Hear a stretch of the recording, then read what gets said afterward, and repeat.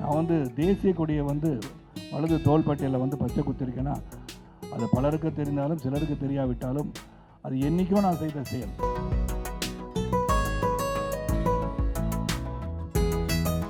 நீங்கள் இல்லாமல் நாங்கள்லாம் உருவாகவே முடியாது. அது எந்த நடிகராக இருந்தாலும் சரி, மக்கள் அவர்களை விரும்பி பார்ப்பதன் அடிப்படையிலே தான் நாம் வளர்ச்சி பெறுகிறோம்.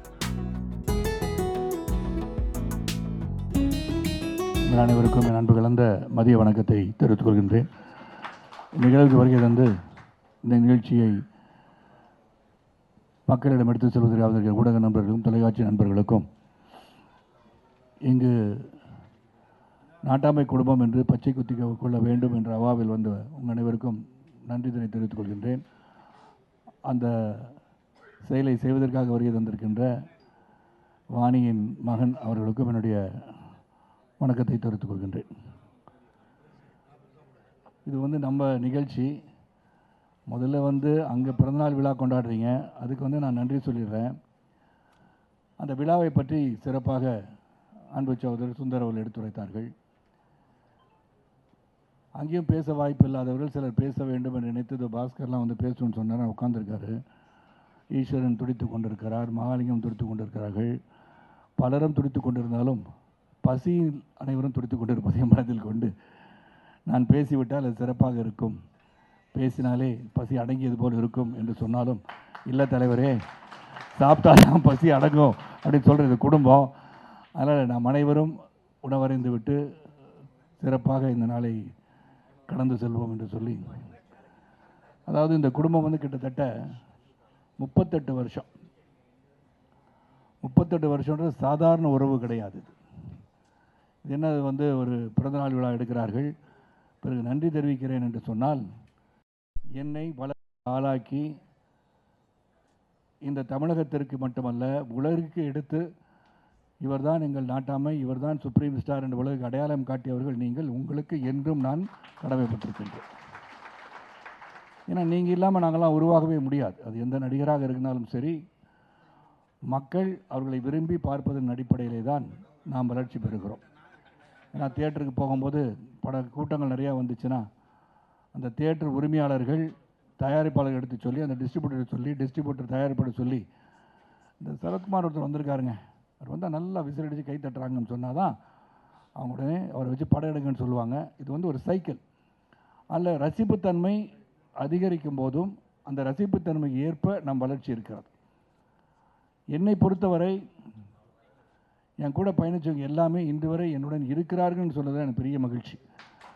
அவர்கள் அரசியல் ரீதியாக வேறு இடங்களில் இருந்தாலும் என் மீது இன்றளவிலும் பாசத்தோடு இருக்கிறார்கள் சொல்லும்போது, அந்த பாச பிணைப்பெல்லாம் நாட்டாமை குடும்பம் என்று அனைவரும் அடையாளத்தை வைத்து கொண்டால் சிறப்பாக இருக்கின்ற எண்ணங்கள் உதித்ததினால் இன்று நானும் அந்த நாட்டாமை குடும்பம் என்று பச்சை குத்திருப்பேன்.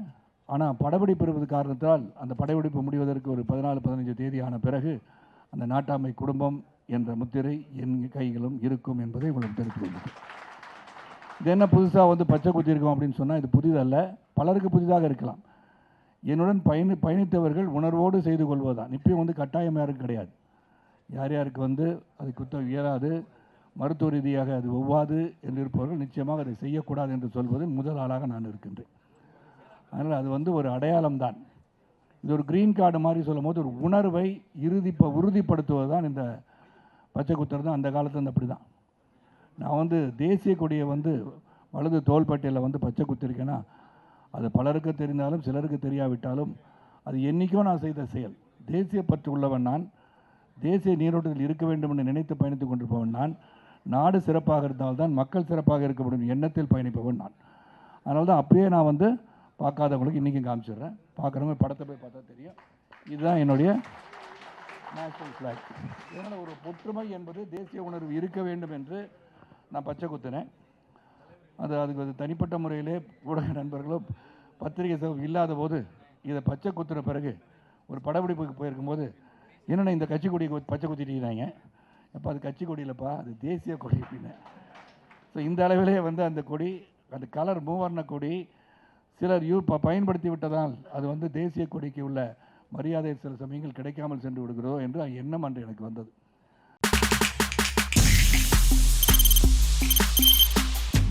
முடியாத தம்ப்நெயில்ஸ், கலக்கலான கண்டென்ட்ஸ், சினிமாவும் சீரியஸ் பிரச்சனைகளும், பல வருடங்கள் இடைவெளிக்கு பிறகு இந்த படத்துல ஒரு கலகலப்பும் கைகலப்பும்,